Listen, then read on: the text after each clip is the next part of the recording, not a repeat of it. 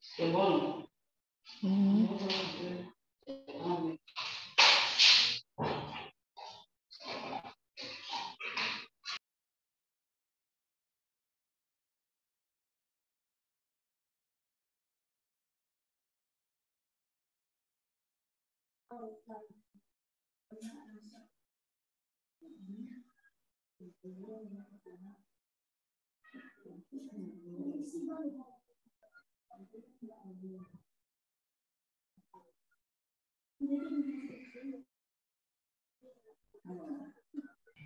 Bonsoir, mesdames et messieurs. Veuillez nous excuser pour un petit retard dû à des problèmes techniques qu'on est en train de résoudre. Merci.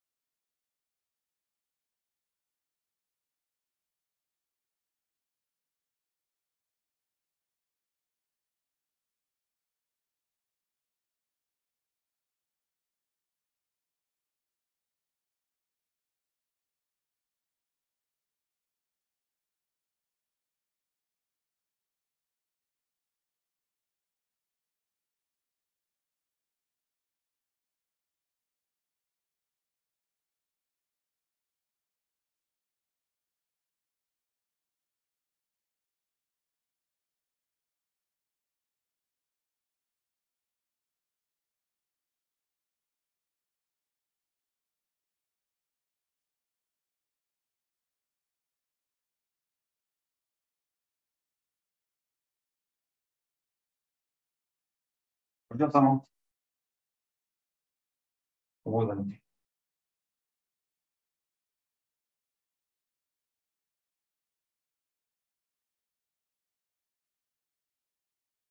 Oui, je peux lui envoyer un lien rapidement.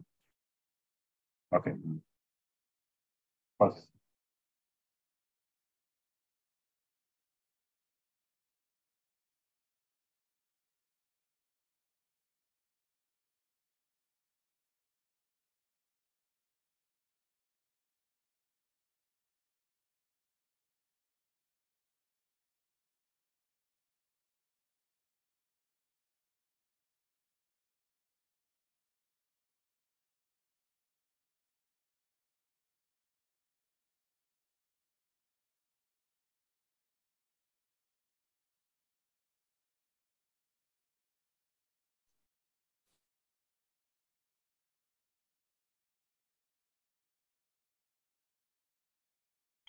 Je vois déjà une main levée. Est-ce que Monsieur Germain veut dire quelque chose? Hello, Lassana. Donc, Oui. Alain dit effectivement qu'il n'arrive pas, il a le lien, mais il n'a pas. Donc, je viens d'appeler Ali pour qu'il lui envoie tout de suite un lien. D'accord. Mesdames et messieurs, excusez-nous, c'est le modérateur qui a des problèmes techniques. On est en train de résoudre cela et laissez-nous juste quelques minutes et on va gérer ça. Merci beaucoup.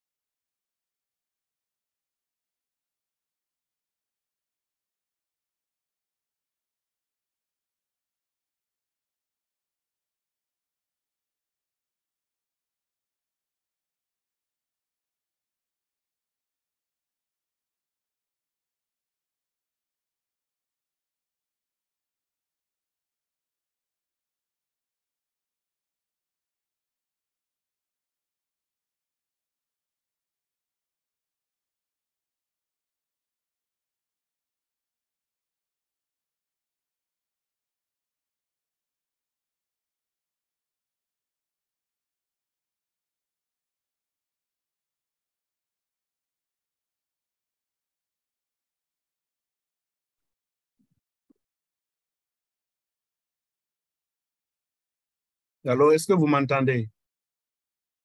C'est le docteur Dabimba? Oui. Très bien, on vous entend. OK, merci. Oui, docteur Dabiba, on vous entend. OK, merci. Merci beaucoup. Mesdames et messieurs, une fois de plus, désolé du retard indépendant de notre volonté. Quand les dieux de la technique ne veulent pas, ils ne veulent pas. Maintenant, on est prêt. Euh, Bonjour et bienvenue à ce webinaire. Je suis Lassana Barry.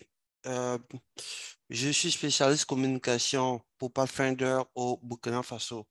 Avant d'introduire ce webinaire, je voudrais rappeler quelques instructions qui vont nous permettre de bien passer un bon moment ensemble. La première chose, je voudrais rappeler à chacun de couper son micro quand on n'a pas la parole. La deuxième chose, chaque panéliste doit ouvrir son micro et sa vidéo pour qu'on voit à qui on parle. Et la troisième chose, le webinaire est transmis en français et en anglais. Il vous suffit juste d'aller sur l'onglet interprétation pour choisir la langue dans laquelle vous souhaitez écouter ce webinaire.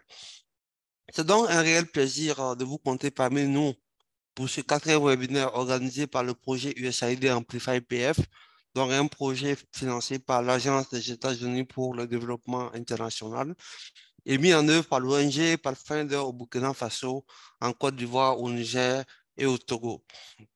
En rappel, cette série de webinaires porte sur le thème global, je cite, « Gestion adaptative des pratiques à haut impact, faire face à la diversité des contextes ». Le premier webinaire de cette série a porté sur la contribution des formations sanitaires non gouvernementales dans l'offre de services de planification familiale au Burkina Faso. Le second a abordé le thème approche de mobilisation des ressources locales par le comité technique d'appui au réseau de services de planification, au réseau intégré d'apprentissage au profit des formations sanitaires au Niger. Le troisième était consacré à l'expérience de collaboration avec les chambres préfectorales des métiers dans la mobilisation des jeunes pour leur accès aux informations et services de santé de la reproduction et planification familiale de qualité au Togo. Aujourd'hui, nous parlerons des journées spéciales planification familiale, une approche pour réduire les barrières financières à l'utilisation de la planification familiale en Côte d'Ivoire. Pour modérer ce quatrième webinaire, je suis honoré de vous présenter le docteur Alain Dabimba, expert de santé publique avec plus de 30 ans d'expérience clinique, programmatique et de gestion exécutive. Dr Dabimba a une grande expérience du développement des programmes de santé, de la planification stratégique et de la mise en œuvre des projets dans plus de 50 pays en développement. Il a occupé plusieurs fonctions importantes avec JPAEGO, notamment celui de vice-président senior chargé de programmes et des approches techniques jusqu'en juillet 2021. Aujourd'hui, Dr Dabimba est basé à Accra et occupe le poste de conseiller santé senior pour le bureau régional de l'USAID Afrique de l'Ouest. Aux côtés du docteur Alain Dabimba, nous aurons une co-modératrice en la personne de Madame Matt Aoui. Psychologue de formation, Matt est impliquée dans la lutte contre le VIH-Sida depuis plus de 30 ans. Son expérience a débuté en 1988 où elle a travaillé pour une association spécialisée dans la prévention du VIH-Sida et l'accompagnement des communautés africaines à Paris. En Côte d'Ivoire, elle a travaillé pour le Centre intégré de recherche bioclinique d'Abidjan, créé par le professeur Luc Montagnier avec le soutien de la Fondation mondiale de lutte contre le sida. Matt a plusieurs cordes à son arc et est aujourd'hui chargé de jeunes et du genre sur le projet USAID Amplify PF en Côte d'Ivoire. Comme panéliste, nous avons avec nous ce soir le docteur Moïse Techi. Le médecin qu'il est travaille depuis 24 ans dans la santé sexuelle et reproductive. Pendant 13 ans, il a occupé le poste de médecin-chef et chef de service de gynécologie obstétrique de l'hôpital général de Douakoui, une ville de l'ouest de la Côte d'Ivoire, en tant que clinicien hospitalier. En 2018, il fait un passage à l'OMS en tant que consultant chargé de coordonner des activités d'amélioration de la qualité des soins et se retrouve aujourd'hui à Pathfinder international en tant que chef de projet USAID Amplify PF en Côte d'Ivoire. Sans plus tarder, je voudrais passer la parole au docteur Dabimba pour commencer la modération de ce webinaire. Docteur Dabimba, veuillez activer votre micro et votre vidéo pour que les gens puissent vous voir. À vous. OK. Merci, Lassana. Est-ce que tu peux me confirmer que vous m'entendez? Oui, on vous entend très bien. OK. Merci. Bonsoir à tous et à toutes. Je suis très heureux de participer à ce webinaire ce soir avec tous nos amis de l'Afrique de l'Ouest francophone. Vraiment, je voudrais donner un petit contexte à cette conversation de cet après-midi. Vous le savez tous, l'Afrique de l'Ouest francophone, particulièrement à travers le partenariat de Ouagadougou qui regroupe 9 pays francophones de l'Afrique de l'Ouest, a eu un succès très, très fort depuis 2011, lors de sa création à Ouagadougou. Et en 10 ans, de 2011 à 2021 à peu près, le progrès qui a été réalisé représente le double de ce qui a été fait 20 ans avant la création du partenariat de Ouagadougou. Donc, ce partenariat a permis d'accélérer le progrès en matière d'utilisation de planification familiale dans la sous-région. Cela est indéniable. Et un mouvement a été créé actuellement, que ce soit au niveau des jeunes, que ce soit les pays, qui vraiment est en train de soutenir tous les efforts pour améliorer notre performance en matière de planification familiale.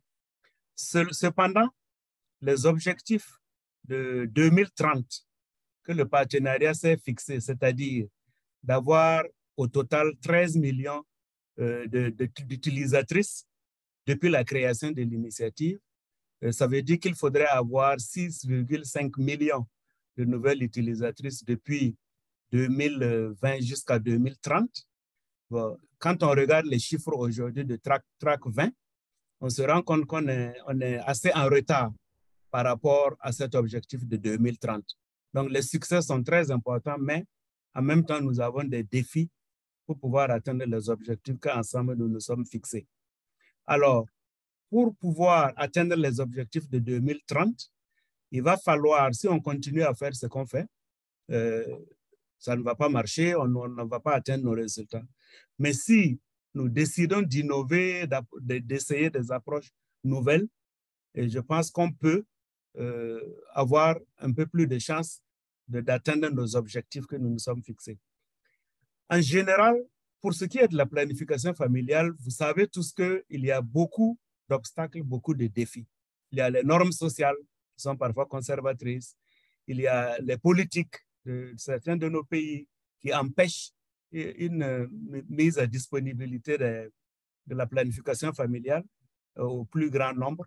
Il y a des problèmes liés aux stratégies de prestation de services au niveau des structures sanitaires. Il y a la gestion des contraceptifs, parfois avec des ruptures de stock. Il y a des problèmes de leadership. Il y a des problèmes de demande, même de connaissances. Il y a des problèmes au niveau de comment nous accueillons celles qui veulent avoir les méthodes, particulièrement au niveau des jeunes. Et un autre grand obstacle, c'est les distances entre les populations vulnérables et les endroits où la planification familiale existe, et aussi les coûts des produits qui sont parfois très difficiles à gérer par les personnes vulnérables. Donc, je crois que le séminaire d'aujourd'hui a été conçu pour un peu ouvrir une discussion sur l'expérience du projet Amplify PF dans ce domaine de réduire les coûts et aussi de rapprocher un peu les produits par rapport aux populations vulnérables et là où elles vivent. Et donc, il y a eu plusieurs approches qui ont été essayées dans la sous-région au niveau du partenariat de Ouagadougou. Bon, il y a par exemple le projet Wezu au Togo, où la plateforme santé maternelle néonatale est gratuite et la PF est gratuite jusqu'à 6 semaines, mais bon, ce n'est pas élargi à 2 ans ou ce n'est pas élargi à la planification familiale d'intervalle, etc. Il y a des pays qui ont essayé le secteur privé, qui a aussi réduit certains des coûts. Il y a des pays comme le Burkina qui ont essayé la gratuité totale, et donc en routine ou en journée spéciale, la planification familiale est gratuite. Pour ce qui est de cet après-midi, c'est une autre approche qui essaie aussi de réduire les coûts, c'est les journées spéciales planification familiale. Ce sont des journées qui sont organisées par le projet en étroite collaboration avec les autorités, aussi bien nationales que régionales et locales. C'est souvent un événement de 3 à 5 jours consécutifs, ça dépend des pays, qui se produit dans une formation sanitaire ou parfois dans la communauté, à l'intérieur du district sanitaire. Et c'est organisé en collaboration avec les leaders communautaires, les partenaires, le ministère de la Santé, les sociétés civiles, etc., etc. Et ils offrent ces événements-là, permettent d'offrir une gamme complète de produits contraceptifs. Et la particularité de ces journées, c'est que la prestation est gratuite.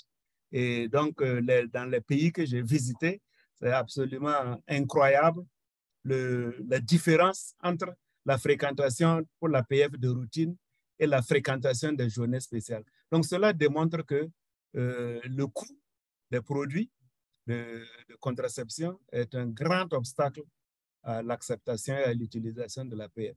Donc, je suis très heureux aujourd'hui de voir que nous avons une opportunité pour le projet Amplify PF de présenter un peu les expériences qu'ils ont eues, particulièrement en Côte d'Ivoire, parce que les journées spéciales ont été faites dans pratiquement les 4 pays. Mais pour aujourd'hui, on va se concentrer sur la Côte d'Ivoire, l'expérience de la Côte d'Ivoire, comment ils ont démarré, pourquoi ils ont démarré, comment ça s'est passé, quelles sont les leçons apprises et quelles sont les recommandations que nous avons pour le futur et pour des pays qui ne se sont pas engagés encore dans ces journées spéciales. Donc voilà, merci. Je passe la parole à Lassana pour introduire ma collègue co-modératrice pour commencer à poser les questions aux panélistes que nous avons aujourd'hui. Merci. D'accord, merci Dr Damemba. Je crois que on peut passer la parole à Dr Teshi pour qu'il puisse faire la présentation. Merci, Lassana. Parmi les obstacles à l'utilisation des contraceptions en Côte d'Ivoire, comme Dr Alain Damemba le disait, figure la barrière financière. Et pour contourner cette barrière et permettre à la population d'avoir accès à la contraception, le projet Amplify a organisé des journées spéciales dans ces districts de mise en œuvre. Alors, je vous invite à découvrir avec moi les résultats de la mise en œuvre de cette approche à travers ce webinaire dont je vous présente le plan suivant.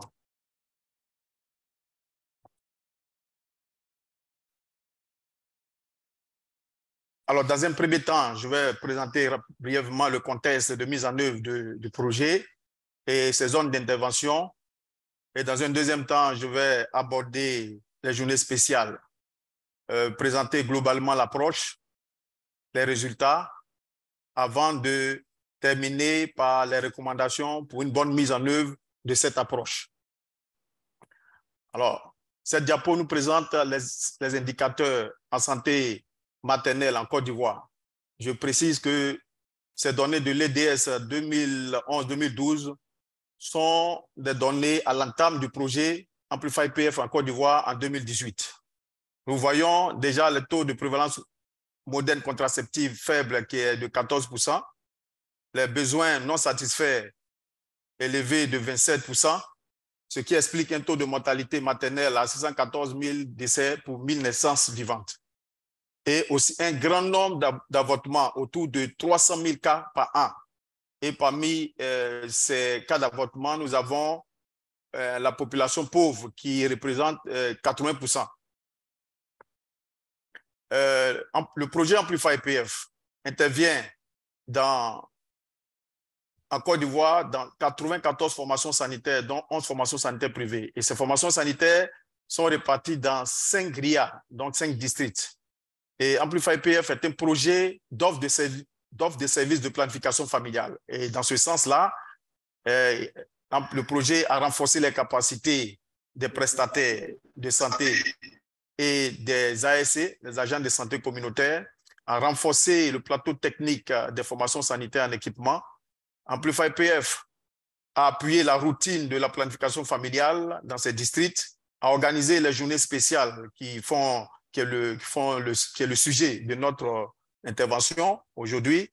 Amplify PF a aussi implémenté l'approche ISBC, et ce qui est intéressant, c'est que le projet Amplify PF a démarré la gratuité de la planification familiale annoncée par le ministère de la Santé de Côte d'Ivoire dans ces 5 districts. Et la délégation des tâches et la mobilisation des ressources sont des interventions que Amplify mène dans ces 5 districts. La journée spéciale de planification familiale. Il faut dire que pour booster la planification familiale en Côte d'Ivoire, le projet Amplify PF a organisé, je le disais tantôt, des journées spéciales de planification familiale dont l'objectif général est d'accroître l'utilisation des méthodes contraceptives par la réduction de la barrière financière, et spécifiquement, c'était de sensibiliser la population sur l'importance de l'utilisation des services et surtout offrir gratuitement pendant 3 jours une large méthode de contraception aux populations. En quoi consiste l'approche journée spéciale? La journée spéciale, c'est une approche qui consiste à organiser sur 3 jours consécutifs une offre de services gratuite de planification familiale dans une formation sanitaire donnée. Et lorsque un autre site est identifié par le district dans l'aire sanitaire, on parlera de stratégie avancée ou stratégie mobile. Et cette approche est faite en collaboration avec les partenaires, la communauté et le district. Alors, les étapes de mise en œuvre. Nous avons synthétisé l'organisation de ces journées spéciales en 4 étapes. Donc, l'étape 1, c'est que nous avons dit la préparation des journées spéciales PF. C'est à ce niveau-là qu'il faut, toute l'organisation se résume à la première étape, qui est de faire des réunions avec le district, l'estimation des besoins, des consommations, des consommables et des produits contraceptifs, la planification, la programmation des journées spéciales, c'est à ce niveau. Toutes les questions des outils de collecte de données, d'identification des prestataires, c'est à ce niveau-là. La deuxième étape, aussi importante, c'est la communication autour des JSPF. Et je disais que les JSPF ont 2 éléments importants, c'est la gratuité et la communication, c'est-à-dire la sensibilisation autour des journées spéciales. Et c'est autour de cette deuxième étape qu'il faut, n'est-ce pas, chercher à voir les canaux de mobilisation au niveau local et les ASC qui vont, ou bien les griots qui vont faire la sensibilisation. La troisième étape, c'est la journée spéciale proprement dite. Et donc, où on offre la planification familiale, les produits contraceptifs, mais dans les normes, dans les procédures et les standards. La 4e étape, c'est la gestion des données et tout ce qui concerne la collecte des données qui se fait de façon journalière. Et au bout de ces 3 jours, on fait un rapport synthétique et les données sont prises en compte dans le district et saisies dans le DHH2. Oui, les journées spéciales nous ont permis vraiment de rapprocher la contraception auprès de la population et de leur offrir gratuitement surtout des méthodes contraceptives, surtout à des populations défavorisées. Et au cours de ces journées spéciales, nous avons vu que les méthodes de longue durée ont été les plus souvent utilisées. Et au cours de ces journées spéciales, un grand nombre de nouvelles clientes sont vraiment recrutées. Et ce que nous avons aussi remarqué, c'est que malgré son caractère public, les jeunes n'ont pas eu honte, ils viennent de façon nombreuse à utiliser des méthodes contraceptives. Je vous présente maintenant les résultats. Ces résultats sont des résultats comparés de ceux des journées spéciales et ceux de l'offre de services de routine. Nous avons comparé 2 indicateurs, les utilisatrices nouvelles et les utilisatrices totales. En bleu, nous avons En bleu, nous avons à gauche, à l'extrême gauche. En bleu, ce sont les nouvelles utilisatrices. Et en orange, les nouvelles utilisatrices des journées spéciales. Et en orange, les nouvelles utilisatrices de la routine. Sur 4 mois, nous avons organisé dans le district de Port-Bouévridi 4 journées spéciales. Et donc, nous avons eu au total 736 clientes qui ont été recrutées et par les journées spéciales et par la routine. Parmi ces 736 clientes, 88,2% des nouvelles clientes ont été recrutées à travers les journées spéciales. Nous passons dans le district de Yopougon-Ouest-Songon. Nous avons organisé 5 journées spéciales et la routine ont donné un total de 919 nouvelles clientes. Et parmi ces 919, 83%, n'est-ce pas, représentent la part des journées spéciales. Quand nous évoluons dans le district de Daloa, en une journée, en un mois, dans un mois, nous avons organisé 4 journées spéciales à Daloa. Et ces 4 journées spéciales, plus la routine, ont permis de recruter 616 clientes. Et parmi ces 616 clientes, les journées spéciales représentent, nous ont permis de recruter 81,3% de nouvelles clientes. De même, quand nous revenons dans le district de Port-Bouévridi, parlant des utilisatrices totales, nous voyons que dans le même mois, 4 journées spéciales ont permis de recruter 1636 utilisatrices totales. Et la part des journées spéciales représente 80%. C'est la même chose que nous constatons dans le district de Yopougon, en allant vers ma droite, et dans le district de Daloa. Nous résumons à partir de ces résultats que les journées spéciales nous permettent de recruter un grand nombre de nouvelles utilisatrices. Ici, sur cette diapo, nous parlons de Miss Méthode. Et le premier camembert, nous voyons qu'au cours de la routine, les méthodes les plus utilisées sont les injectables. Vous voyez que l'implant n'est utilisé que dans 5% des cas. Mais lorsque nous passons à ma droite, dans le même district, pour les journées spéciales, on constate qu'en journée spéciale, au cours des journées spéciales, nous passons de 5%, nous passons à 63%. Nous partons dans le district de Port-Bouévridi. Nous constatons le même événement. Les implants représentent 34% en routine. Et lorsque nous passons dans les journées spéciales, on passe de 34% à 42%. C'est le même constat dans le district de Daloa, de 18% pour les implants en routine. Nous sommes à 38% au cours des journées spéciales. Donc, les journées spéciales nous permettent aux clients d'utiliser les méthodes de longue durée.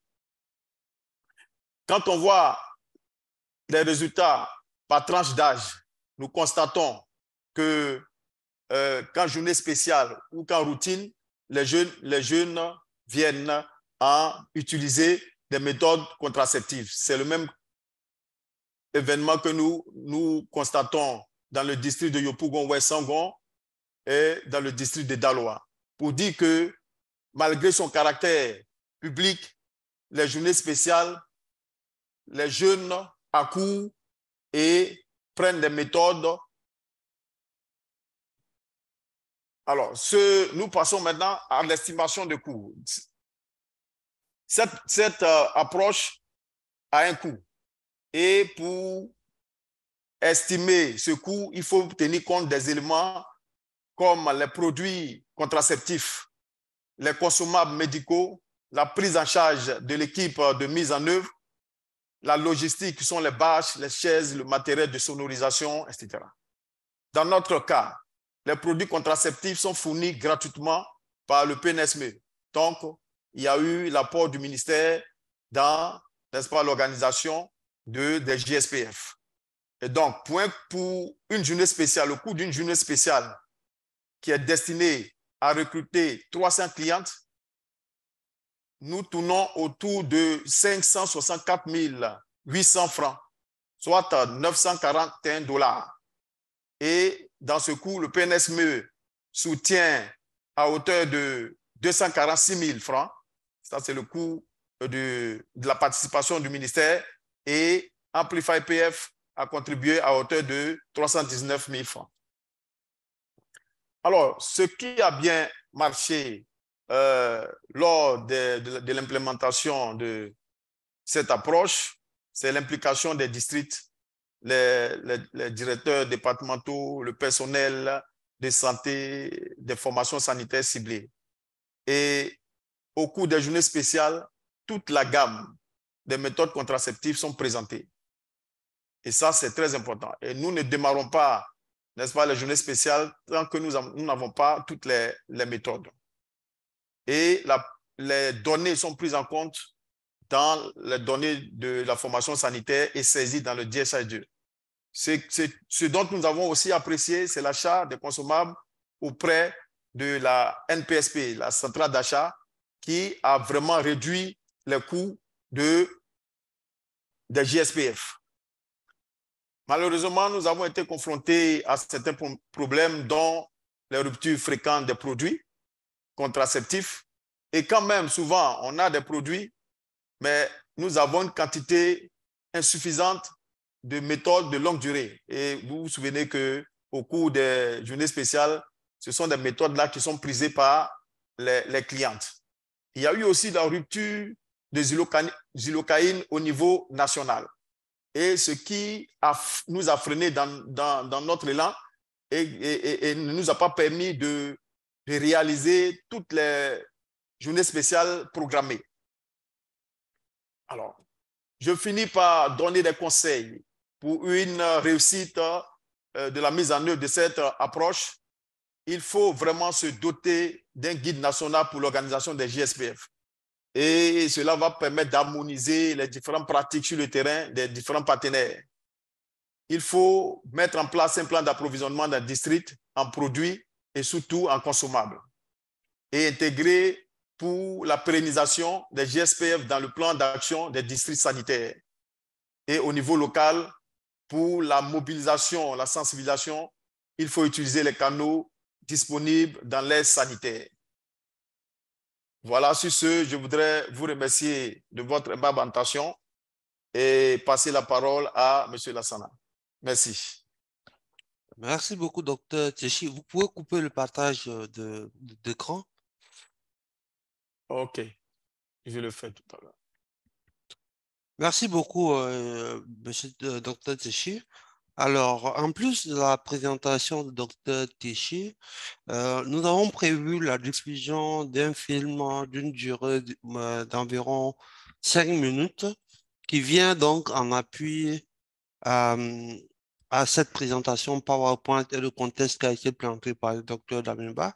Et ce film montre comment, à travers des témoignages précis, le projet USAID Amplify PF a eu un impact important dans son approche journée spéciale planification familiale en Côte d'Ivoire, avec un appui technique et matériel important mis à la disposition de nos partenaires. Gaïda?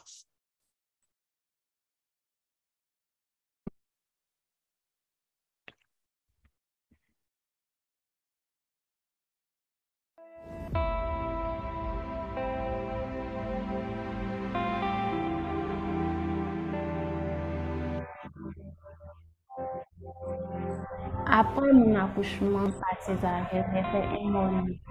Donc l'accouchement n'est pas facile. Ils ont décidé de m'opérer. Après l'opération, les sages m'ont conseillé de prendre une méthode pour mettre un écart de 2 à 3 ans avant une autre grossesse. Maintenant, on allait pour se renseigner, on dit que c'était 5 000. Vu qu'on venait de dépenser, mon fiancé et moi, on se préparait pour venir prendre une moto. C'est comme ça, un jour, il est sorti. Et puis, il a vu une affiche qui disait comme ça qu'ils sont en train de mettre les méthodes de contraceptif. Grâce à cette journée, j'ai eu une méthode de 3 ans gratuitement.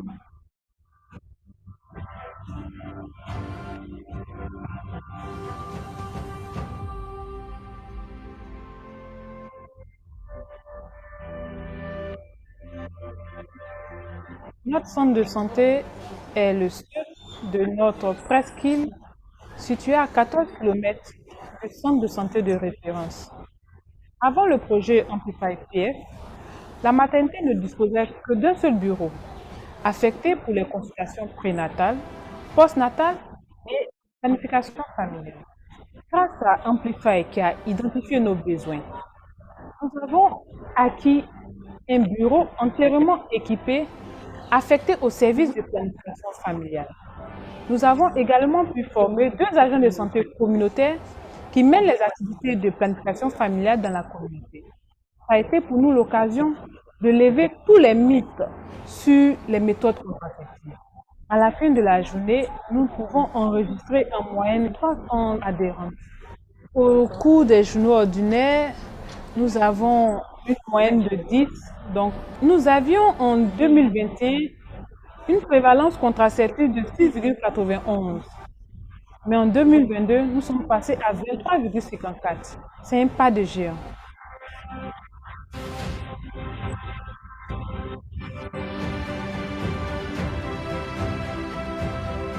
Avant le projet Amplify PF, l'accès à la PF était un peu difficile parce que la gratuité n'était pas effective. On n'avait pas régulièrement de journées spéciales et on n'avait pas la formation continue et les formations sur toutes. Depuis qu'on travaille avec le projet Amplify PF, beaucoup de choses ont changé parce que Amplify nous a doté de matériel pour renforcer nos plateaux techniques dans certaines structures. Et on a eu aussi la chance de bénéficier des rapports, des fiches de consultation, des fiches individuelles, des registres de consultation et des formations. Il y a d'ailleurs même 25 prestataires qui ont été formés sur la PF du postpartum immédiat, la PF du post-abortum. Et on a eu la formation aussi des ALC sur les produits de contraception pour continuer la PF dans les communautés. Le projet Amplify nous a permis la gratuité effective et améliorant aussi nos indicateurs de santé par l'organisation des validations de données qui se fait chaque trimestre. Je vais demander aux autorités d'amoindrir le coût des méthodes de contraception ou soit même faire ça gratuitement pour que toutes les femmes puissent avoir. Parce qu'il y a des femmes qui ont besoin, mais par manque de moyens, elles n'y arrivent pas. On va demander au gouvernement de pérenniser cette action et l'étendre sur toute l'étendue du territoire et puis veiller avec la formation du cycle qu'il n'y ait pas de rupture en intrants et en produits.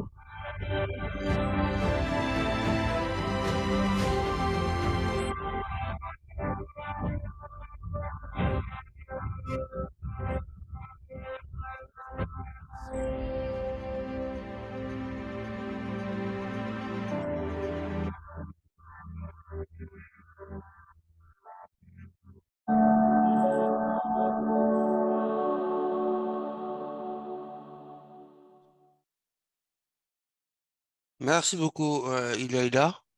Je repasse la parole au docteur Damimba pour poursuivre la modération.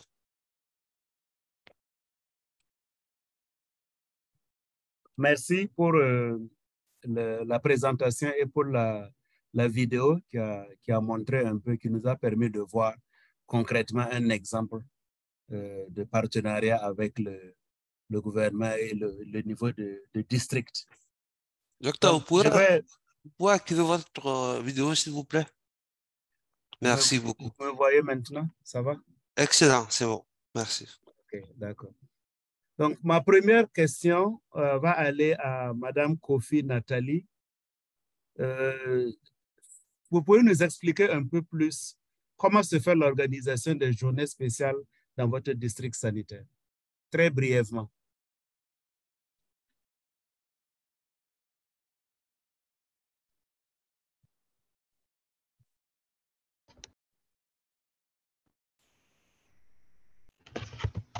OK. Merci, docteur Damila. Et bonsoir à tous.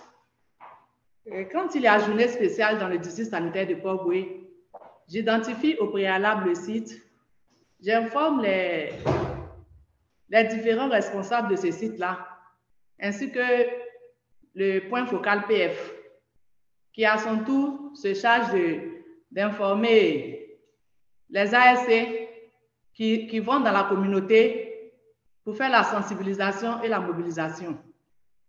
Ensuite, j'identifie les sages-femmes qui vont venir renforcer l'équipe interne et j'informe aussi leurs responsables. Pendant les journées, nous attendons la population. Quand elle arrive en grand nombre, on fait la CCC, c'est-à-dire le conseil de groupe. On leur explique le but de notre rencontre. On déroule toute la gamme des produits contraceptifs. On leur explique les avantages et les effets secondaires de ces produits. Ensuite, on leur donne la parole. Elles nous posent des questions. Et ça nous permet de lever les mythes et les tabous autour des produits de contraception. Ensuite, on passe à la consultation. Dans la salle de consultation, face à la cliente, on fait le counseling. Elle choisit sa méthode. On revient sur les effets secondaires et les avantages de ce produit-là, du produit qu'elle a choisi. On lui offre sa méthode. On lui donne son rendez-vous, tout en lui disant de revenir si elle a un petit souci, comme les spottings, les douleurs pelviennes et les céphalées intenses. Et après, à la fin de la journée, on fait le point de la journée pour voir qu'est-ce qui a marché, qu'est-ce qui n'a pas marché et quels sont les produits qu'on doit renforcer.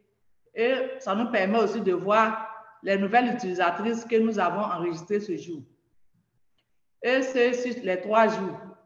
À la fin du 3e jour, on fait le rapport final et s'il y a des recommandations à faire au niveau du ministère de la Santé, au niveau du district, au niveau du partenaire, on les fait et ce rapport est acheminé au district sanitaire qui est ensuite déversé dans le DHS2. Merci. Docteur Davimba, est-ce que vous me permettez de prendre la parole? Juste une minute. C'est Barry. Allez-y. Très bien.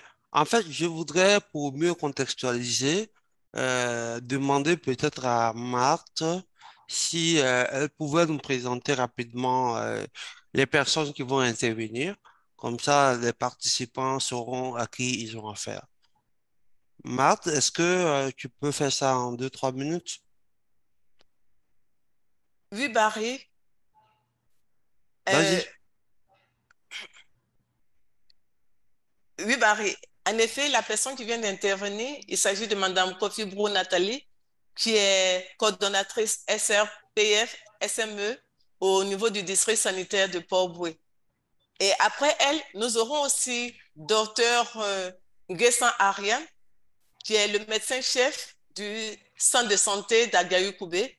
Et nous aurons aussi comme panéliste avec nous M.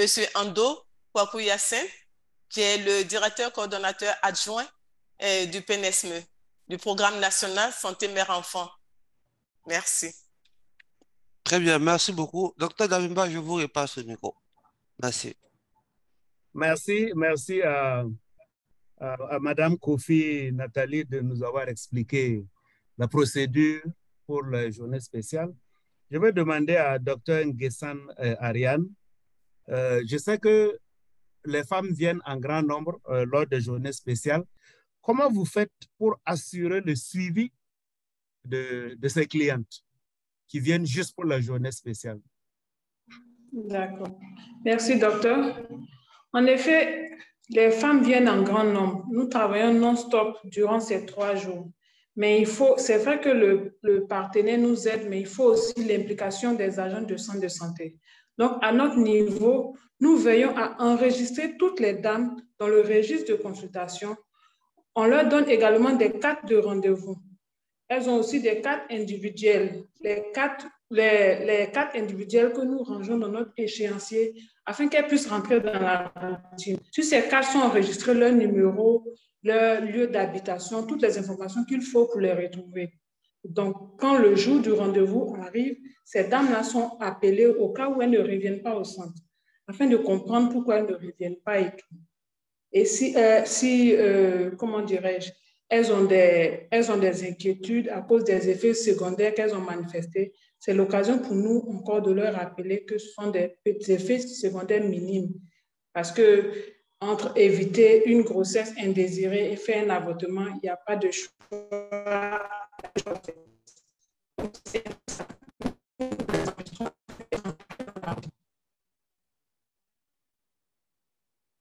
Ok, merci beaucoup, Dr. Nguessan. Je vais m'adresser à Ando Kwaku Hyacinthe, qui représente le Programme national de santé de la mère et de l'enfant.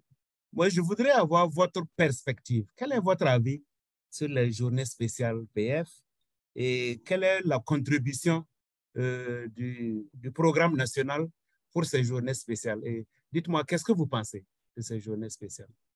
Ok, merci, le docteur Alain. Je voudrais d'abord vous saluer, vous dire bonjour. Et puis, avant même de répondre à la question, remercier aussi l'USAID qui apporte son appui dans notre quête du bien-être familial. La question de notre participation ou notre contribution à la réalisation de cette activité, nous avons dans un premier temps, que ce soit organisé par, quels que soient les partenaires ou par le ministère lui-même, nous participons dans un premier temps à la préparation de ces activités. Nous fournissons les produits, comme ça a été dit. Nous coachons, nous veillons à ce que les prestataires soient coachés. Et puis, il y a la question de la collecte des données. Mais que représente cette stratégie dans notre... c'est une stratégie importante. Je pense que la Côte d'Ivoire, quand nous regardons notre tissu social, il y a beaucoup de besoins qui ne sont pas satisfaits. Nous constatons que les populations, dans leur grande majorité, ont une insuffisance de ressources pour accéder aux services de santé. Et nous savions que c'est vrai que nous mettons les produits à la disposition des populations à un prix un peu bas, mais nous constatons sur le terrain qu'il y a des pratiques qui font que les prix souvent sont majorés. Donc, quand nous regardons cette stratégie, pour nous, c'est une occasion pour qu'on puisse donner à la population les produits. D'abord, lui donner l'information sur l'éventail de toutes nos interventions, que ce soit en planification familiale, en suivant de la grossesse, l'accouchement, le dépistage du cancer du col de l'utérus, tous ces composantes, nous faisons de la sensibilisation. 2, nous veillons à ce que ces produits, ces services soient offerts gratuitement. Et c'est vraiment une occasion pour nous de pouvoir satisfaire les besoins des populations. Malheureusement, cette stratégie, elle est bonne, mais elle est limitée dans le temps. Parce que dès l'instant où l'activité prend fin après les 3 jours, pour se réapprovisionner, il faut pouvoir payer les services. C'est bien, ça soulage, mais il faut penser à la continuité de cette gratuité. C'est pourquoi on pourrait parler de ça plus tard. Et puis, c'est aussi pour nous l'occasion de coacher les prestataires. Voilà un peu ce que je voulais dire. C'est une stratégie importante, très importante pour rendre accessibles nos produits, mais en même temps, elle est limitée dans le temps. Merci. On va revenir un peu sur, effectivement, le point que vous faites sur la pérennité tout à l'heure. Je vais d'abord demander à Dr Moïse de nous dire comment ils font, quel est le système que vous utilisez. Je crois que Dr Ando a parlé un peu de cela, mais je voudrais que vous élaboriez un peu. Comment vous faites pour avoir les contraceptifs? Est-ce que c'est programme national? Est-ce que c'est NPSP? Et comment vous vous ravitaillez pour ces journées spéciales? Et voilà, première question pour vous. OK. Merci, Dr Alain. Et effectivement, pour nous ravitailler en produits contraceptifs, nous suivons le circuit national qui est mis en place par le programme national de la santé de la mère et de l'enfant, qui consiste à faire un courrier dans lequel on estime nos besoins et l'activité que nous voulons mener. Et donc, le programme met à la disposition de ses partenaires qui ont demandé, n'est-ce pas, ces produits contraceptifs-là, et pour l'organisation soit des journées spéciales de planification familiale, soit au cours des journées d'intensification de planification familiale, ou soit au cours des journées mondiales de la contraception. Donc, voilà un peu le circuit que nous suivons. Merci. D'accord, merci, Dr. Moïse. Je vais passer au Dr. Nguessan Ariane. Je voulais comprendre, est-ce que les jeunes viennent aux journées spéciales PF, que les jeunes filles, les jeunes garçons, et comment vous les gérez, comment vous les accueillez, comment ça se passe? Est-ce qu'il y a un problème avec les mamans, les tantis? Expliquez-nous un peu la participation des jeunes dans les journées spéciales et comment ça se passe. D'accord, merci docteur. Oui, en effet, nous recevons beaucoup de jeunes filles, beaucoup plus de jeunes filles. Les jeunes garçons sont un peu timides, donc lors des journées spéciales, on ne reçoit pas de garçons, mais plutôt de jeunes filles. Et c'est plusieurs couches plusieurs tranches d'âge, les jeunes filles, les jeunes mamans et tout. Il n'y a pas de tabou. Et lorsque nous faisons les sensibilisations, nous allons d'abord les féliciter pour leur âge. Vous venez choisir il n'y a pas que les grossesses non désirées, il y a aussi les infections sexuellement transmissibles et le VIH-Sida. Donc, nous les sensibilisons également sur le VIH-Sida. Les jeunes garçons viennent la plupart du temps en consultation de routine avec leur petite amie afin de comprendre ce que c'est qu'une méthode contraceptive. Nous avions à bras ouverts, nous leur donnons également le conseil. Nous leur donnons des pratiques. C'est un peu ça, c'est pour ça que nous nous organisons. Merci. Merci. Madame Kofi Nathalie, je sais qu'il y a plusieurs pays qui vous écoutent et certains des pays qui vous écoutent ne sont pas du partenariat de Ouagadougou, donc sont beaucoup plus loin de votre expérience.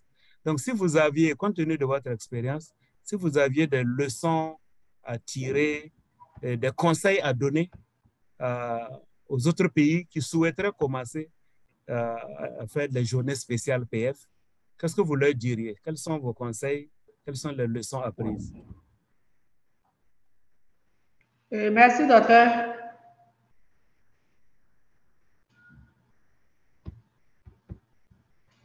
Merci, docteur. Est-ce que vous m'entendez?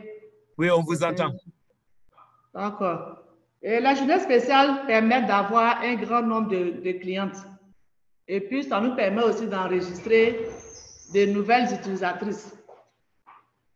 Et si j'ai des conseils à donner aux pays qui nous suivent, et pour faire une bonne journée spéciale, il faut une très bonne mobilisation. Il faut qu'il y ait la mobilisation dans la communauté pour qu'il y ait assez de femmes. Et il faut avoir aussi toute la gamme des produits contraceptifs, surtout les produits de longue durée. Merci.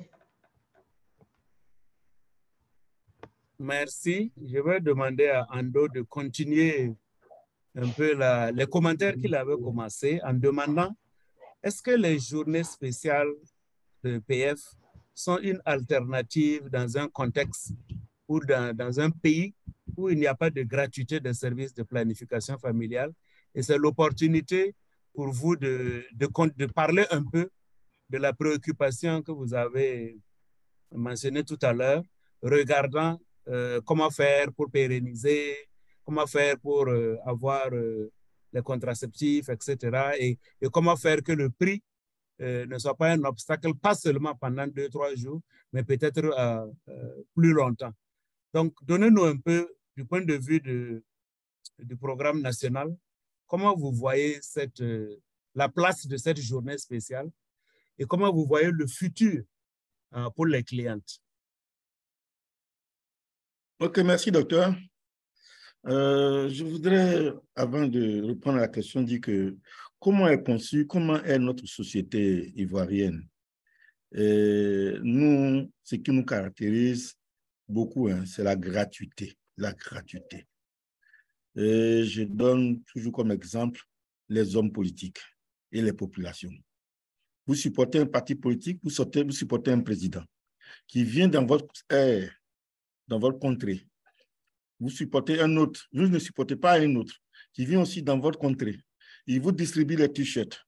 Tous les t-shirts que tous les partis politiques vont vous distribuer, vous allez les prendre. Parce que vous n'avez pas de position, vous voulez la gratuité.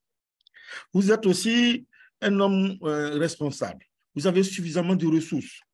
Au lieu que votre enfant qui a été exclu de l'école, au lieu d'aller payer son école, sa scolarité dans une école privée, vous allez utiliser tous les moyens pour que cet enfant aille dans un établissement public. Donc, on va quand même faire, on a les moyens, on ne veut pas payer, mais on va aller dans le secteur public. Donc, il y a beaucoup d'exemples qui témoignent que dans nos sociétés, la gratuité joue un rôle. Et ça aussi, le résultat que tout à l'heure on a présenté, on a vu déjà les efforts d'un trimestre de 4 mois. On voit même que l'effort de 4 mois en routine est inférieur à l'effort de 4 séances. Vous voyez, c'est ça qui nous conduit à dire que cette stratégie des journées spéciales, c'est l'occasion pour nous, pour ceux qui n'ont pas accès, pour ceux qui ne peuvent pas acquérir les produits, c'est de tourner vers ces populations et leur donner les produits. C'est ça, satisfaire les besoins non satisfaits en PF. Donc ça, mais quand nous regardons en même temps, ces journées ne se font pas tous les jours. Donc ça veut dire qu'on a le produit. Elles vont partir, ces femmes vont partir. Mais quand elles reviennent, le produit est payant. Qu'est-ce que nous devions faire? Et c'est pourquoi je disais tout à l'heure que vraiment c'est une gratuité limitée dans le temps. Et c'est ça qui nous conduit aujourd'hui au niveau du programme, à une réflexion plus large. Comment faire en sorte que tous ceux qui n'ont pas accès et tous ceux qui désirent une méthode, tous ceux qui veulent manifester leurs droits en matière de reproduction, que ces populations manifestent leurs droits, qu'on puisse leur donner le minimum de moyens. Et c'est ça qui nous a conduit à mettre en œuvre la stratégie de la gratuité des produits contraceptifs. Voilà où nous sommes. Nous sommes aujourd'hui, nous avons expérimenté dans quelques districts, régions, et nous avions vu les résultats. Nous constatons que les populations adhèrent à cette stratégie et nous voulons passer à échelle. Et c'est à cela que nous sommes en train de mobiliser les fonds. Notre problème dans ce passage à échelle, c'est l'acquisition des produits contraceptifs. C'est la condition. Nous ne voulons pas que ce soit la même gratuité que nous observons souvent. Qu'on dit c'est la gratuité, mais que le produit n'existe pas. Qu'on dit la gratuité, mais que le service n'existe pas. Mais nous voulons une gratuité effective. Que ce soit le produit, que ce soit les intrants. Voilà ce combat que nous sommes en train de faire. Faire en sorte que toutes les populations du nord au sud, de l'est à l'ouest, sans distinction d'âge, d'ethnie, de religion, nous tous, ceux qui désirent, ce n'est pas une obligation, ceux qui désirent, la plupart du temps, nos méthodes sont réversibles. Donc ça veut dire que ceux qui veulent, ils le font. Donc on n'oblige personne. C'est vraiment libre. Donc nous souhaitons, et nous faisons actuellement, nous sommes en train d'œuvrer pour que la gratuité passe à échelle.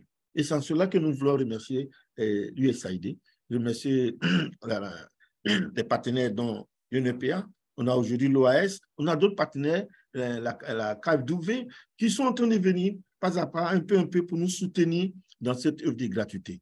Vraiment, je voulais dire que si nous pouvons avoir les produits, si nous pouvons mettre en œuvre la gratuité, ne serait-ce que 5, 10 ans, le comportement des populations, ça va changer. Les gens vont pouvoir avoir accès aux produits. Nous avions aujourd'hui, regardez dans l'entrée scolaire, il y a des gens qui ont beaucoup d'enfants et quand on parle de l'entrée scolaire, ça devient comme une maladie. Ça devient un problème. On n'arrive pas à scolariser les enfants. Or, il fallait simplement donner un produit contraceptif à une famille à une dame et on aurait espacé les naissances. On aurait eu le nombre d'enfants qu'on veut, mais dans le temps voulu. C'est en cela que nous souhaitons et nous luttons vivement que cette gratuité soit acquise. Voilà ce que je voulais dire. Merci, merci. C'était très intéressant du point de vue de la perspective du programme national. Je vais poser des questions qui ont été posées par l'audience et je vais demander à Madame Kofi Nathalie. Il y a une question sur pourquoi, pouvez-vous expliquer pourquoi le choix des méthodes était différent lors des journées spéciales? Est-ce que parce que les implants sont généralement plus chers? Qu'est-ce qui fait que les femmes choisissent les méthodes long terme pendant les journées spéciales? Madame Kofi.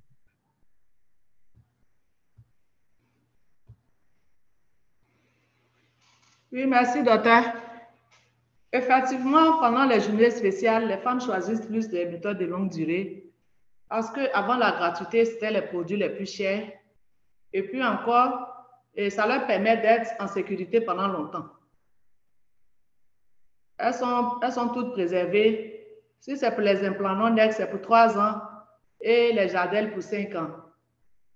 Donc, celles qui veulent espacer pendant longtemps leur accouchement, leurs enfants, elles préfèrent les longues durées. Merci. Merci. Il y a une deuxième question par l'audience qui demande si vous avez des interventions ou des actions spécifiques pour favoriser l'accès des personnes ou des femmes vivant avec un handicap aux méthodes de planification familiale pendant ces journées spéciales. Est-ce que vous avez des stratégies pour vous assurer que les femmes qui ont un handicap eux aussi peuvent bénéficier des méthodes de planification familiale quand elles en font la demande? Ça, je demande cela à Dr Nguessan. Vous pouvez nous répondre et puis on verra si d'autres veulent intervenir. D'accord. Comme je le disais, les journées spéciales sont ouvertes à tout le monde et elles durent 3 jours. Donc, s'il y a des femmes qui sont handicapées, elles peuvent se faire accompagner. Et bien évidemment, ces femmes-là seront prises avant les autres parce qu'elles ont des difficultés pour marcher et tout. Donc, ces femmes-là sont prises d'abord avant les autres. Docteur Moïse, est-ce que vous pouvez nous profiter de cette occasion pour nous parler un peu de l'activité qui est menée à Abobo, à Abidjan, avec l'association des sourds-muets?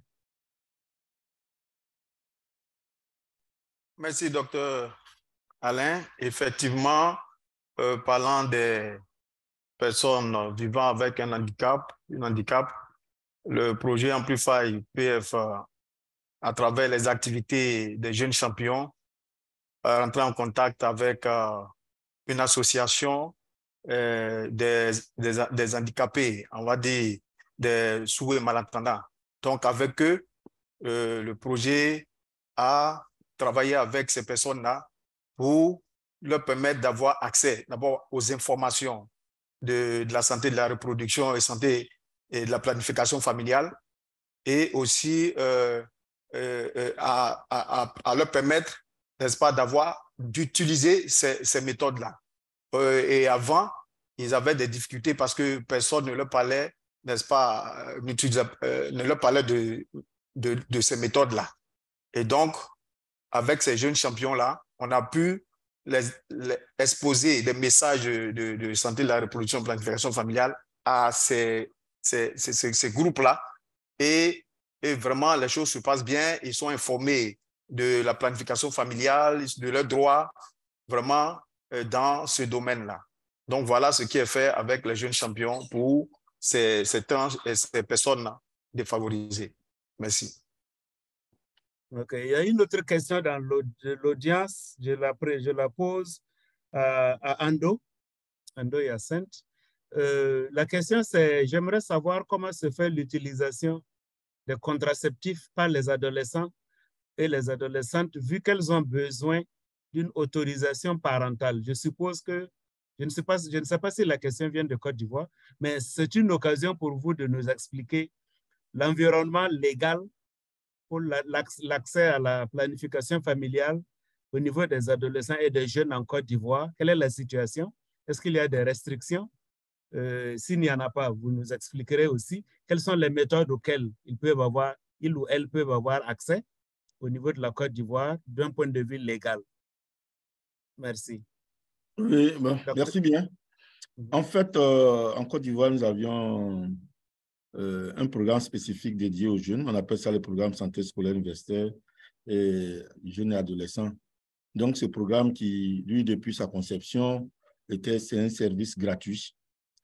Tous les services de santé sont gratuits, et donc, y compris la planification familiale.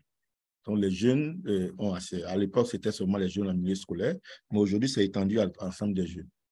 Tout jeune qui a besoin d'un produit contraceptif se rend dans ces structures.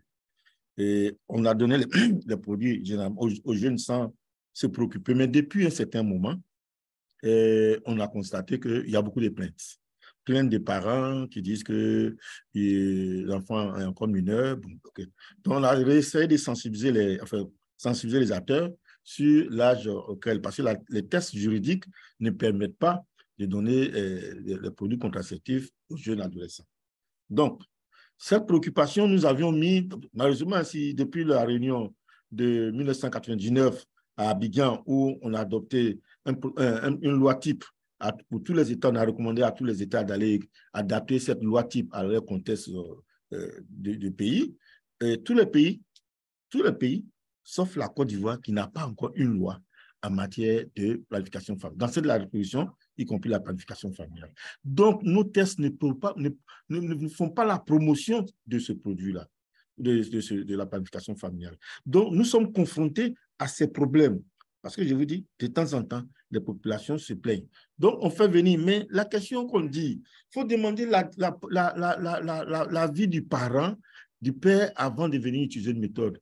C'est ça, je dis toujours, je dis, nous qui sommes adultes, avions-nous demandé à nos parents d'avoir des rapports sexuels avec quelqu'un, avec une fille, ou avec un homme, ou un homme? Ça ne se fait pas. Donc, c'est les efforts que nous sommes en train de faire pour qu'on puisse enlever la barrière d'être majeur avant de pouvoir utiliser une méthode contraceptive. Donc, dans notre projet de test que nous avions, qui se trouve aujourd'hui au niveau du gouvernement, du secrétariat du gouvernement, nous sommes en train de chercher, nous souhaitons que cette loi voie le jour pour qu'on rende le produit plus accessible. Parce que tant qu'il y a un vide juridique, tout le monde passe là. On a le protocole de Maputo qui dit que toute personne sexuellement active peut avoir accès à la contraception. Et malgré cette disposition, ce protocole qui a été ratifié par le gouvernement de Côte d'Ivoire et par le président de la République, normalement, devait passer en action. Et c'est à cela. Nous avions changé quelques tests, mais je dis, pour la planification familiale, il n'y a pas encore... C'est-à-dire, la loi ne dit pas, n'interdit pas, il n'est pas spécifique, il dit faut être majeur pour utiliser une méthode contraceptive, mais la loi ne fait pas la promotion de l'utilisation. Donc, voilà un peu quelques blocages. Et ça, je dis, ce n'est pas les moindres parce que ça empêche de faire la promotion du produit. Sinon, nous souhaiterons intégrer dans les écoles, nous avons des infirmeries. Nous pouvons intégrer, c'est vrai, on peut intégrer le condom, là, il n'y a pas de problème. Ça, les gens peuvent utiliser, mais par contre, certaines autres méthodes ne sont pas encore acceptées. Voilà un peu les problèmes que nous avions ici. Merci d'avoir donné autant de détails. Je vais poser une question qui vient de l'audience. La question, c'est de savoir, je la pose à Kofi Nathalie. Comment vous gérez les queues, les femmes qui arrivent le jour des journées spéciales? Vous avez peut-être 100 femmes, 200 femmes. Comment vous organisez le triage? Comment vous faites pour qu'il n'y ait pas une attente trop longue? Comment vous faites pour que la femme qui arrive à 7 h du matin soit servie avant celle qui arrive à 8 h? Comment vous organisez cet accueil, la gestion, l'organisation de la queue pour vraiment accélérer le service et ne pas créer d'embouteillage? OK. Merci, docteur. Comme je disais tantôt, on a une équipe sur le site. Et on renforce encore l'équipe avec des sages-femmes extérieures. Donc, on peut avoir 6 à 5 boss. Et avec ces boss, qu'on a beaucoup de box, en tout cas, tout se passe bien. Il n'y a pas il n'y a pas assez de choses, de bousculades, et tout le monde passe à son rang.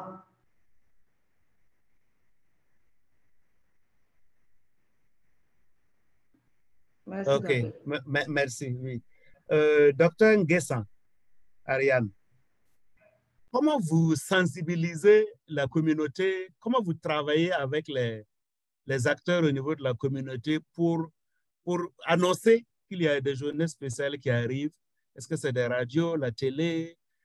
Est-ce que c'est des posters? Comment ça se passe? Expliquez-nous comment vous travaillez avec peut-être les agents de santé communautaire. De façon pratique, voilà. oui. Oui. De façon pratique, nous sommes dans un village. Donc, nous allons porter l'information aux chefs de village et aux chefs de quartier. Nous avons 6 quartiers. Nous avons également des leaders communautaires. Nous avons des associations de jeunes femmes. Et ce sont ces personnes-là d'abord qui reçoivent l'information en premier, avant le jour des journées spéciales, qui vont à leur tour relayer ces informations auprès de leur population. Nous avons également une radio de proximité au sein d'Adjawi. Donc, il se charge aussi de véhiculer cette information. Un jour avant la journée spéciale et un jour après, il y a les griots qui se chargent d'utiliser les mégaphones et qui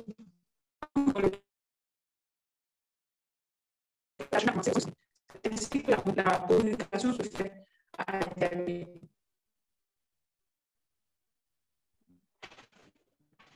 Docteur Damimba?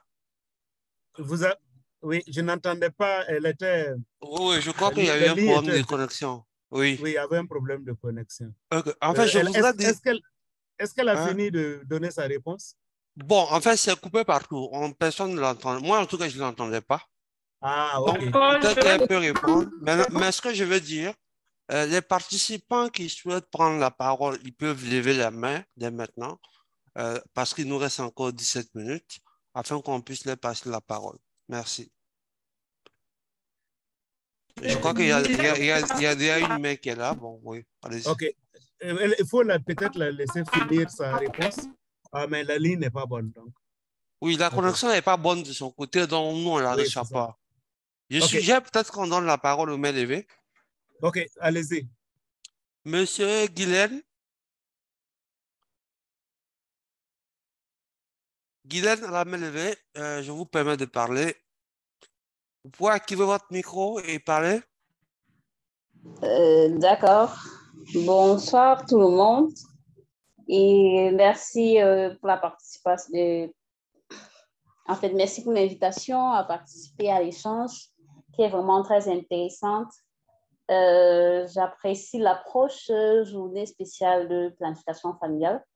Je suis assistant project manager SRPF dans l'ONG FESA au Cameroun. Et j'avais une préoccupation sur la nature de l'activité qui, à mon humble avis, ressemble à des journées portes ouvertes ou à des campagnes de masse. J'aimerais savoir quelle est la différence entre les campagnes de masse, les journées portes ouvertes et les journées spéciales planification familiale. Parce qu'on organise à notre niveau des journées portes ouvertes sur la planification familiale, sur le VIH. J'aimerais savoir quelle est la différence entre ces journées spéciales PF et les journées portes ouvertes PF ou encore campagne de masse PF. Donc, c'est un peu ça ma préoccupation. Merci, docteur Damimba. Vous pouvez gérer, ou bien on laisse poser notre question, ou bien on continue. Non, on va demander à qui. Je vais peut-être demander à Ando de répondre du programme national. Oui, merci bien. Bon, nous, notre journée spéciale, je vous ai dit, hein, les objectifs diffèrent des portes ouvertes, des journées portes ouvertes, parce que nous allons sensibiliser, ça se fait, les portes ouvertes. nous allons fournir les produits contraceptifs. Ça se fait dans les portes ouvertes. Mais ce que nous faisons, nous coachons nos prestataires. Ça ne se fait pas de l'autre côté. Donc, la spécificité, ensuite, nous collectons les données. C'est-à-dire, c'est comme si on ouvrait le service, on s'adressait à une population plus large avec une mention spéciale, avec un élément spécial, la gratuité. La gratuité accompagnée du renforcement des capacités des acteurs. Voilà un peu ce qui va faire la différence entre les journées portes ouvertes et la journée spéciale. Journée spéciale, gratuité, sensibilisation, renforcement des capacités. Et puis suivi des partenaires. Voilà un peu la différence que je peux donner. Lassana, merci. Lassana, est-ce qu'il y a une... Vous avez une main? Oui, Sarat Bazoum. OK. Allez-y, Sarat. Bazoum, vous pouvez aller, hein? Activez votre micro. Présentement, ça va être un peu difficile. Le réseau n'est pas bon du tout. D'accord, donc on passe à une autre personne. Exactement, je m'excusais, je suis dans le car comme ça. Donc, la connexion n'est pas bonne du tout. Très bien, merci. Monsieur Siaka Soumaoro, vous avez la parole. Activez votre micro. Monsieur Soumaoro?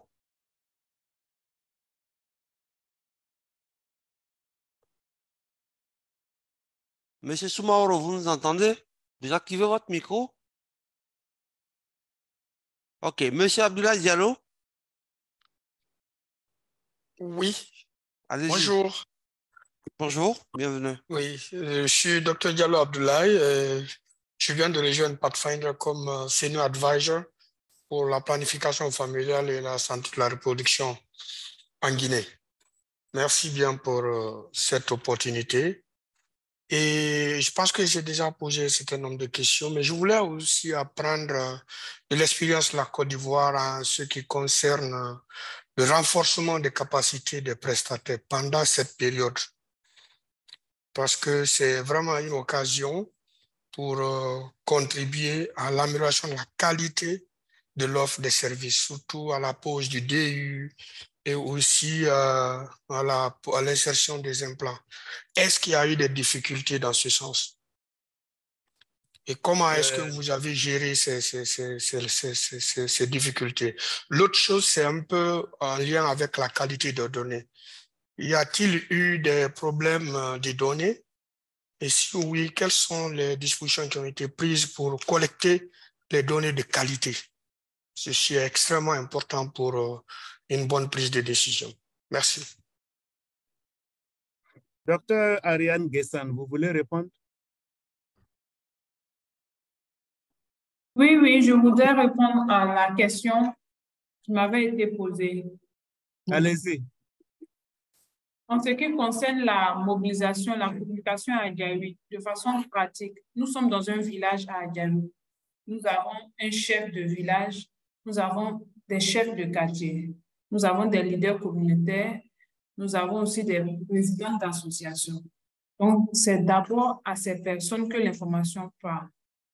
Par la suite, le jour de la journée, et un jour avant cette journée-là, il y a les griots qui se chargent de véhiculer l'information. Nous avons aussi une radio de proximité. Nous utilisons ce canal également pour passer l'information. D'accord, merci.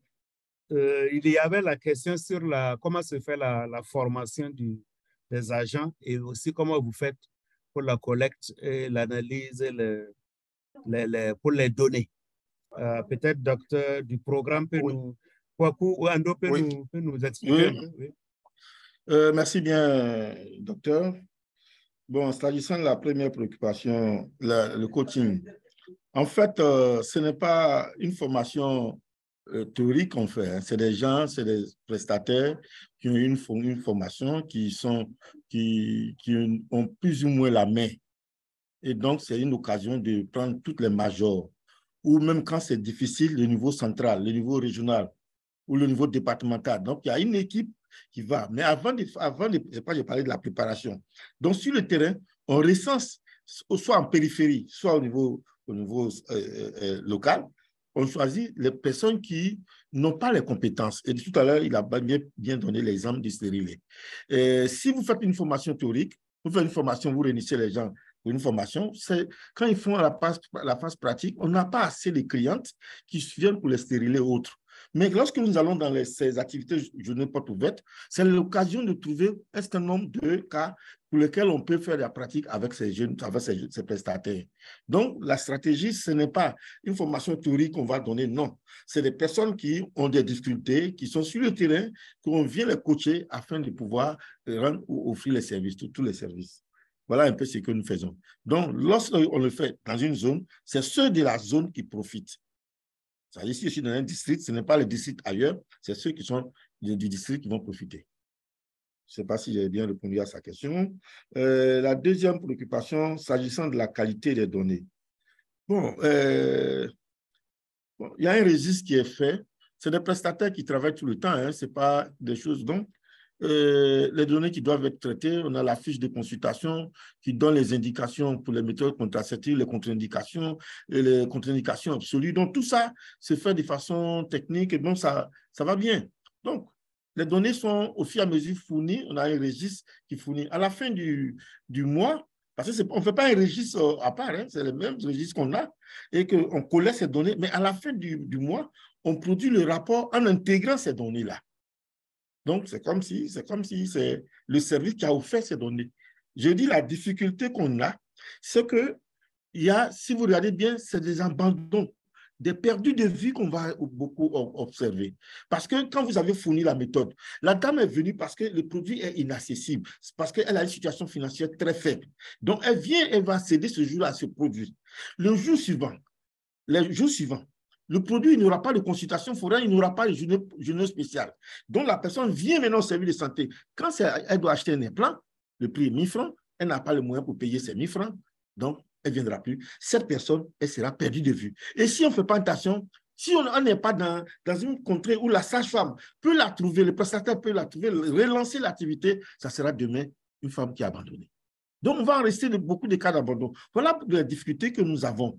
Donc, voilà pourquoi toujours dans cette réflexion de la gratuité, comment faire pour que ces besoins-là, et ça, je considère, si vous êtes venu parce qu'il y a une journée spéciale, vous êtes venu chercher une méthode, et après, il y a une rupture de service. Vous comprenez? C'est comme on n'a pas permis à cette femme de jouir de ses droits. C'est ça qui nous gêne. Voilà pourquoi nous œuvrons pour la gratuité. Et nous y allons. C'est ce que je voulais dire. Docteur Moïse, oui. Docteur Moïse a la main levée, je crois. Oui, Non, je voulais... Oui, allez-y. Oui, c'est juste, je voulais aussi, à la suite de Ando, parler aussi des collectes de données, de la qualité de données. Effectivement, comme je disais, dans la préparation, on a des outils nationaux de collecte de données et dans la préparation, dans la première étape, quand on a identifié des prestataires, il y a une réunion qui se fait sur tous ces outils-là, de telle sorte qu'on puisse traquer toutes les informations concernant la planification familiale. Et au cours de l'offre de services de l'étape 3, il y a une personne qui est spécialement chargée de collecter les données, de faire la synthèse, de faire le suivi, de vérifier que toutes les informations tous les items sont renseignés. Et elle est spécialement chargée de cela. Et la collecte se fait de façon journalière à la fin de chaque journée, de telle sorte à ne pas laisser certaines informations passer. Et donc, tout ce qui va se passer chaque jour, sur les 3 jours, sont traqués et à la fin, on fait une synthèse. Et il y a une personne vraiment qui est chargée de cela. Et ce qui fait que les données sont vraiment les données de qualité. Merci beaucoup. J'ai une question pour Nathalie Kofi. Alors, ces journées spéciales PF génèrent beaucoup de déchets. Par exemple, il y a les seringues, il y a les cotons, les sparadraps, les compresses, tous les emballages. les ampoules, etc., etc. Donc, il y a beaucoup de déchets quand vous avez beaucoup de clientes. Comment vous gérez ces déchets? Comment ça se passe? Vous pouvez nous expliquer un peu la gestion des déchets? Parce qu'il y a des déchets médicaux, des déchets non médicaux, il y a les pointures, là, les aiguilles, etc. Comment vous gérez tout ça pour la prévention des infections? Merci, docteur. Pour les déchets, la prévention des infections, on a les boîtes de sécurité où on met les seringues, les aigus, et les sachets poubelles où on met les cotons et les ampoules. On fait un tri, on fait le tri des déchets et puis les seringues sont dans la boîte de sécurité et les autres sont dans le sachet poubelle. Après, on va mettre dans une fosse à brûlage qu'on brûle et les seringues qui sont dans la boîte de sécurité sont acheminées au district et il y a un organisme qui vient chercher pour partir. Merci, docteur. OK, merci. Il y a une question peut-être pour Ando, le programme national. C'est quand vous faites les journées spéciales, vous rencontrez des cas de femmes qui aussi vous demandent si vous pouvez les aider pour la prévention du cancer du col, si vous pouvez faire des examens de sein, si elles ont tel et tel problème de santé. Donc, comment vous faites, comment vous gérez ce genre de requêtes? Oui. Je voudrais attirer votre attention. Il nous reste juste 3 minutes pour fermer le webinaire. 3 minutes. Ouais. Ah, donc, ça veut dire qu'il faut peut-être que vous concluez. Il faut qu'on fasse une conclusion, malheureusement. Voilà. Et je vais essayer de dire quelques mots. Docteur Ando, je m'excuse pour la question difficile. Je crois qu'on va la reprendre la prochaine fois. Elle n'est pas difficile. Elle n'est pas difficile. Bon, très rapidement alors. Très rapidement, avant que je ne conclue. Ça dit, toute femme qui vient, on essaie de lui parler. Si elle a un enfant, on lui parlera de suivi de la grossesse, enfin, du postpartum, des exigences. Si elle est enceinte ou elle n'est pas enceinte, on parlera de tout ça. Maintenant, pour toutes les jeunes filles qui viennent, pour les femmes qui arrivent, mais on leur dit, oui, vous avez des occasions de vous faire dépister de tel problème. Donc, c'est quand la dame, on lui explique bien les dangers du cancer, du danger du cancer, du col de l'utérus. Donc, on lui explique que voilà ce qu'une femme peut avoir, ainsi de suite. Et maintenant, on lui demande, si elle accepte, on fait son dépistage. Si elle refuse, on la laisse partir. Voilà, donc, ce n'est pas la femme elle-même qui vient. La plupart du temps, c'est nous qui expliquons et c'est elle qui décide de venir, de se faire enrôler. OK. D'accord. OK, merci. Donc, merci pour les différentes présentations, les organisateurs. Merci pour la vidéo. Merci pour aux panélistes d'avoir répondu à toutes les questions. Merci pour l'audience qui a posé beaucoup de questions. Je crois que moi, ce que je retiens, on n'a pas beaucoup de temps, c'est que les journées spéciales ont une contribution importante ou sont une contribution importante à l'augmentation de l'utilisation de la planification familiale et répondre à un besoin réel des populations vulnérables, que ce soit du point de vue de la distance, que du point de vue du coût des méthodes. Ce qui est très intéressant aussi, c'est que compte tenu du succès de ces journées spéciales, qui ne sont pas nécessairement pérennes, mais ce qui est intéressant, c'est que les résultats de ces journées spéciales peuvent être utilisés comme outil de plaidoyer pour montrer aux autorités qu'il faut passer à l'échelle suivante parce que les journées spéciales, c'est peut-être une solution transitoire aux vrais problèmes d'accessibilité et de barrières financières. Donc, ça veut dire qu'on peut montrer que si la planification familiale était gratuite, on allait avoir beaucoup plus d'utilisatrices et les pays allaient atteindre leurs objectifs de 2030. Et donc, c'est en même temps une stratégie qui peut être utilisée pour montrer aux autorités que la gratuité paie et la gratuité a des avantages. ce qui est aussi intéressant, c'est que le choix des clients est limité dans la routine, tout simplement à cause du coût. Et donc, quand on dit le choix informé des clients, le choix n'est pas informé dans la routine parce qu'elle n'arrive pas à payer certaines des méthodes qui sont disponibles. Donc, en fait, on est en train de biaiser le choix des clientes en augmentant le prix des méthodes à longue durée ou en les faisant inaccessibles. Alors que les journées spéciales permettent de rétablir ce droit fondamental de la femme à choisir la méthode qu'elle veut, puisque le prix n'est plus un problème. Et donc, tout ça pour dire qu'il faut que, je crois, les pays s'engagent à vraiment avancer, un peu comme certains pays ont déjà fait, à la gratuité totale, à la gratuité au niveau national, couvrir le milieu rural, le milieu urbain. Donc, merci à tous pour vos différentes contributions et merci à Pathfinder et à l'équipe de Amplify qui a organisé cette session aujourd'hui. Lassana, je te passe la parole. Merci beaucoup, Dr Damimba, pour cette bonne modération de ce webinaire. Donc, voilà qui met fin à...